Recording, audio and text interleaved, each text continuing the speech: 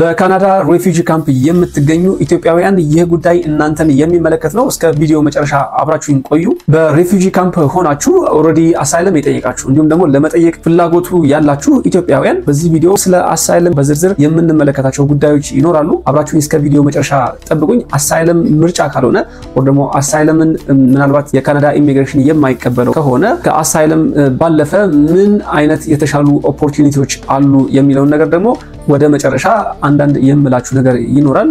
አብራችሁን ቆዩ። ወደ ቪዲዮ እነኚህ የምንመለከታቸው ጉዳዮች ደግሞ በካናዳ ኢሚግሬሽን ቢሮ ምናልባትም አሳይለም የሚጠይቁ ሰዎች ቀድመው ሊያቋቸው የሚገቡ እጅግ መሰረታዊና ጠቃሚ ጉዳዮች ናቸው ሲል በዝርዝር ያስቀመጣቸው ጉዳዮች ናቸው። እነዚህ ነገሮች በዝርዝር የምንመለከታቸው ይሆናል። ጥያቄዎች፣ ኮሜንቶች ካሏችሁ በኮሜንት ሴክሽን አስቀምጡልኝ። ይህን ቪዲዮ ስትጀምሩ ደግሞ ላይክ እያደረጋችሁ ሌሎች ጋር እንዲደርስ አድርጉ።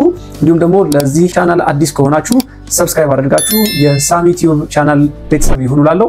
ቀጥታ ወደ ቪዲዮ እንሄዳለን። በዋናነት እንግዲህ አሳይለም የሚለው ቃል ሁላችሁም እንደምታውቁት ፕሮቴክሽን ኦር ደግሞ ጥበቃን እየተመለከተ ነው። አንድ ግለሰብ ሌላ ሀገር ላይ ሄዶ ጥበቃ እንዲደረግለት የሚጠይቅበት ሂደት ነው። እንግዲህ አንዳንድ ኢትዮጵያውያን ከኢትዮጵያ ወጣችሁ በካናዳ በሪፊጂ ካምፕ ሆናችሁ አሳይለም የምትጠይቁበት ብዙ አይነት ምክንያት ይኖራል። ይህ ግለሰብ እንግዲህ አሳይለም ለመጠየቅ በቂ ምክንያት ሊኖረው ይገባል። ስፔሻሊ ወደ ሀገሩ ቢመለስ ሊገጥመው የሚችለውን አደጋ መዘርዘርና መናገር ይኖርበታል። ስለዚህ እነዚህ ነገሮች ማድረግ ከቻለ አንድ ግለሰብ አሳይለም የመጠየቅ መብት አለው ማለት ነው። ይህ ኢንተርናሽናል የሆነ ህግ ስለሆነ ማለት ነገር ግን አሳይለም መጠየቅ ከባድ የሆነ የህይወት ውሳኔ ነው። ምናልባት አሳይለም እንጠይቃለን ብላችሁ ከሆነ ከሀገር የወጣችሁት እጅግ በጣም ከባድና በጣም ብዙ አይነት ስክሪኒንግ ኦር ደግሞ የማጣራት ሂደት የሚደረግበት ጉዳይ ስለሆነ እጅግ ከፍተኛ የሆነ ጥንቃቄ የሚፈልግ ፕሮግራም ነው ኦር ሂደት ነው ማለት ነው። ይህንን ጥያቄ ስታቀርቡ እጅግ በጣም በርካታ ጉዳዮችን በዝርዝር ልታውቁ ይገባል ማለት ነው። አሳይለም የጠየቀ ሰው that's not that easy። በጣም ከፍተኛ የሆነ ስክሪኒንግ ሜካኒዝም አላቸው። ካናዳ ብዙ አፕሪሺየት አታደርግም ኦር ደግሞ ኢንካሬጅ አታደርግም አሳይለምን ሌሎች ፕሮግራሞች ስላሉ ማለት ነው። አሳይለም ስትጠይቁ እጅግ ከፍተኛ ጥንቃቄ እንድታደርጉ የካናዳ ኢሚግሬሽን ይጠይቃል። እርግጠኛ እንድትሆኑ ኦር ደግሞ የተሳተ መረጃ እንዳታቀርቡ ይፈልጋል ማለት ነው የካናዳ ኢሚግሬሽን። በዚህ ቪዲዮ ምናልባት መሰረታዊ የሚባሉ የካናዳ ኢሚግሬሽን ያስቀመጣቸውን ነገሮች በዝርዝር ስነግራችሁ እናንተ አሳይለም ከጠየቃችሁ ኦር ደግሞ ልጠይቁ ካሰባችሁ ምን ጉዳዮች ላይ ጥንቃቄ ማድረግ እንደሚገባችሁ ቀድማችሁ የምታውቁ ይሆናል ማለት ነው። የመጀመሪያው ጉዳይ ምንድነው? ማን ነው አሳይለም መጠየቅ የሚችለው or who is eligible like አሳይለም ለመጠየቅ ወይም ደግሞ ሬፊጂ ፕሮቴክሽን ማግኘት የሚችለው ማን ነው የሚለውን ምላሽ ለመስጠት ያክል ቀደም ብዬ በቪዲዮ መጀመሪያ እንደነገርኳችሁ አንድ ሰው ከፍተኛ የሆነ ያልተለመደ የሆነ ዛቻ or ደግሞ ላይፍ ትሪትኒንግ የሆነ or ደግሞ ለህይወቱ የሚያሰጋ ጉዳይ መኖሩን ማስረዳት የሚችል or ደግሞ ፕሩቭ ማድረግ የሚችል አንድ ግለሰብ አሳይለም መጠየቅ ይችላል። የትኛውም ግለሰብ ምናልባት የህይወት ስጋት ካለበት ወደ ሀገሩ ቢመለስ ከፍተኛ የሆነ ፍርሃትና ስጋት ካለበት ያ ሰው በመረጃ እና እንዲሁም ደግሞ በማስረጃ አስደግፎ ማቅረብ ከቻለ አሳይለም መጠየቅ ይችላል ማለት ነው።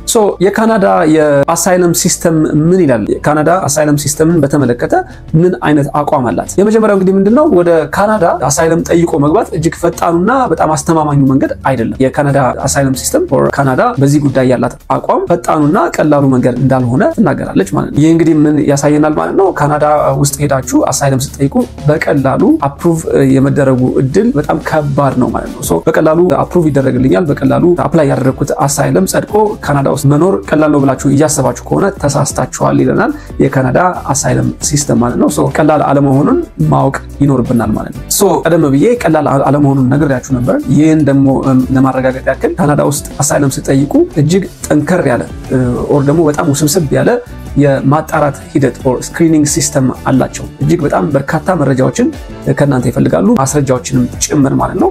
እጅግ የተወሳሰበ ረዘም ያለ ጊዜ የሚወስድ የማጣራት ሲስተም አላቸው። ይህንን ሲያደርጉ እናንተ ቀድማችሁ ከፍተኛ የሆነ ጥንቃቄ ልታደርጉ ይገባል ማለት ነው። ምክንያቱም በስክሪኒንግ ሲስተም ኦር ደግሞ በማጣራት ሂደቱ የተሳሳቱ መረጃዎች ካሉ ፎልስ ኢንፎርሜሽኖች ካሉ ከተገኙባችሁ ለእናንተ በጣም ሪስኪ ስለሚሆን ማለት ነው። ይህንን ለማለፍ እንዳልኳችሁ ከፍተኛ የሆነ ጥንቃቄና ዝግጅት ምናልባትም ሊጠይቅ ይችላል ማለት ነው። ሌላኛው አሳይለም ስትጠይቁ እጅግ በጣም በርካታ ምክንያቶችን ልዘረዝሩ ትችላላችሁ። ነገር ግን እዚህ ጋር ጥንቃቄ ማድረግ የሚገባችሁ የተሻለ የትምህርት እድል ፈልጋችሁ ለልጆቻችሁ ሊሆን ይችላል፣ ለእናንተም ሊሆን ይችላል ኦር ደግሞ የተሻለ የስራ እድል ፍለጋ የሚል ምክንያት ማቅረብ አሳይለም አፕሊኬሽናችሁን ውድቅ እንዲሆን የሚያደርጉ ምክንያቶች ናቸው። በፍጹም አሳይለም ስትጠይቁ እነኚህን እንደ ምክንያት ልታቀርቡ አይገባም። የተሻለ የትምህርት ዕድል፣ የተሻለ የስራ ዕድል ለማግኘት የሚሉ ምክንያቶች ተቀባይነት የላቸውም። ቀደም ብዬ እንደነገርኳችሁ አሳይለም የምትጠይቁት if and only if ከምትመጡበት ሀገር ከፍተኛ የሆነ ትሪትኒንግ የሆነ ነገር፣ አስፈሪ የሆነ ነገር፣ ከፍተኛ ዛቻ የተደረገባችሁ ከሆነ ወር ደግሞ ህይወታችሁ ለአደጋ የተጋለጠ ከሆነ እስከ ሞት ሊያደርስ የሚችል ከፍተኛ የሆነ አደጋ የተጋረጠ ከሆነ እነኚህ ብቻ ናቸው በቂ ምክንያት መሆን የሚችሉት። ከዛ ውጭ ግን ሌላ ላይፍስታይል፣ የተሻለ ላይፍስታይል ለመኖር፣ የተሻለ የትምህርት ዕድል ለማግኘት ወር ደግሞ የተሻለ የስራ ዕድል ለማግኘት ከሆነ የአሳይለም ጥያቄያችሁ ውድቅ ይደረጋል። ያ ደግሞ ወደ ሀገራችሁ ዲፖርት እንድትደረጉ ወር ደግሞ ከካናዳ እንድትባረሩ ምክንያት ይሆናል ማለት ነው። ሶ እነኚህን ነገሮች ጥንቃቄ ልታደርጉና ከፍተኛ የሆነ ዝግጅት አድርጋችሁ ለኢንተርቪውም ሆነ እንዲሁም ደግሞ አፕላይ ስታደርጉ አፕሊኬሽን ፎርም ላይ ስታስገቡ እነኚህን ነገሮች በዝርዝርና በቂ የሚባል ምክንያት ልታስገቡ ይገባል ማለት ነው። እንግዲህ ጥንቃቄ ማድረግ የሚገባችሁ ስፔሻሊ ገና ከሀገር ያልወጣችሁ ከኢትዮጵያ ያልወጣችሁ ወደ ካናዳ ልትሄዱ ያሰባችሁ ሰዎች ከፍተኛ አደጋ እንዳለው ልትረዱ ይገባል። በተለይ እጅግ በጣም በርካታ የሚባሉ ደላሎች በዚህ ጉዳይ ላይ ተሰማርተው ይገኛሉ። በአሁኑ ሰዓት ከፍተኛ የሆነ ገንዘብ እየጠየቁ ወደ ካናዳ ሴፍ በሆነ መንገድ እንወስዳቸዋለን የሚሉ ማታለሎች እየተደረጉ ይገኛሉ።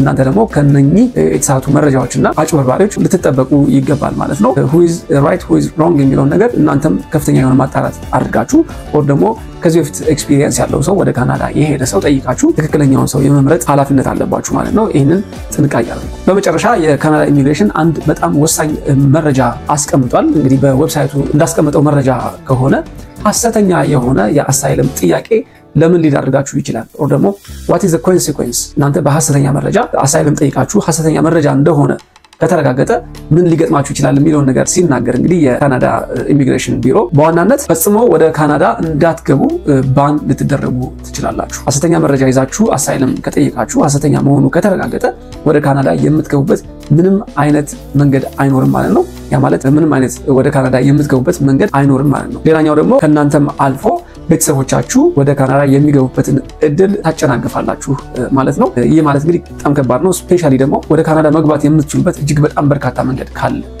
ዘመዶች ካሏችሁ፣ በትምህርት የምትገቡበት እድል ካለና ሌሎች መንገዶች እያሉ እነዛን እድሎች ሳትጠቀሙ አሳይለም ጠይቃችሁ በዚህ ምክንያት በሐሰተኛ መረጃ ምክንያት ፌል ካደረገ ድጋሜ ወደ ካናዳ የምትገቡበትን እድል ሙሉ በሙሉ እንዲሰረዝ ታደርጋላችሁ። ያ ደግሞ ለከፍተኛ ጸጸት የሚዳርግ ነው። ሶ አሳይለም ስትጠይቁ እነዚህ ነገሮች ግምት ውስጥ ልታስገቡ ይገባል ማለት ነው። ጥንቃቄም ይፈልጋል ማለት ነው። ሌላኛውና እጅግ በጣም መሰረታዊ ነገር እዚህ ጋር ምንድነው ወደ ካናዳ ሄዳችሁ አሳይለም ስትጠይቁ ልትገኙ የሚገባችሁ ቦታዎች አሉ። እነኚህ ቦታዎች ምናልባት በኤርፖርት አካባቢ ሊሆን ይችላል፣ ኦር በድንበር አካባቢ ሊሆን ይችላል፣ ኦር ደግሞ የተለያዩ ወደቦች አሉ። ወደቦች አካባቢ ሆናችሁ ብቻ ነው የአሳይለም ጥያቄ መጠየቅ የምትችሉት። ከዛ ውጭ ግን የካናዳ ድንበርን ተሻግራችሁ አልፋችሁ ክሮስ አድርጋችሁ ወደ ውስጥ ከገባችሁ በኋላ አሳይለም መጠየቅ አንደኛ ሕግን መተላለፍ ነው፣ ሁለተኛ ደግሞ ለከፍተኛ አደጋና ሪስክ ይዳርጋችኋል ማለት ነው። ሶ ህጋዊ መንገዶችም አሳይለም ለመጠየቅም ህጋዊ መንገዶች አሉ። ሶ እነዛን ህጋዊ መንገዶች ተከትላችሁ ያ ማለት የካናዳ ኦፊሻል ኤንትሪ ኦር ደግሞ ህጋዊ መግቢያ አካባቢዎችን ሳትተላለፉ ኦር ሳታልፉ ጥያቄያችሁን ማቅረብ ምናልባትም ለእናንተ የተሻለ ይሆናል።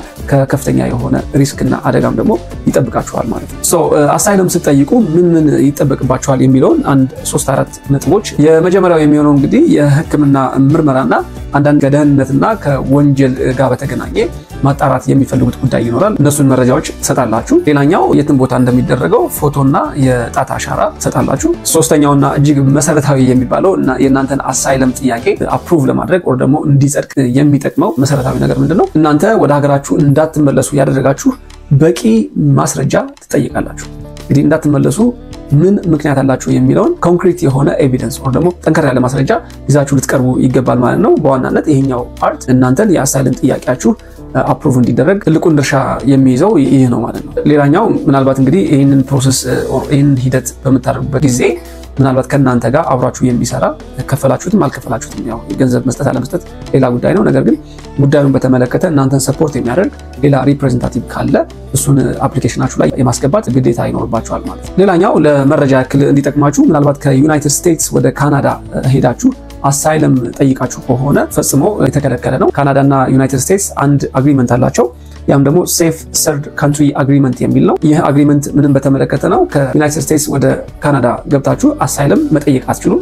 መጠየቅ የምትችሉት መጀመሪያ የገባችሁበት ሀገር ላይ ሆናችሁ ነው።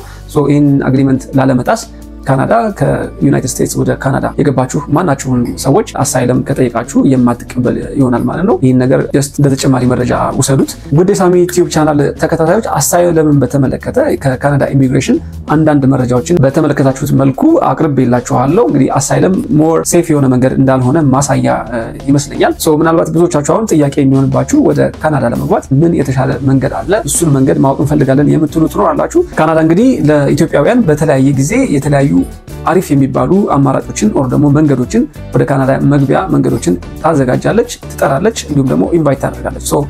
እኔም ደግሞ በብዙዎቻችሁ ጥያቄ መሰረት ኮሜንት ሴክሽን ላይ ቪዲዮ እንዲሰራላችሁ የምትፈልጉ ከሆነ የተሻለው መንገድ ወር ደግሞ ሴፍ የሆነው ወደ ካናዳ መግቢያ መንገድ ምንድነው የሚለውን ቪዲዮ እንሰራላችሁ።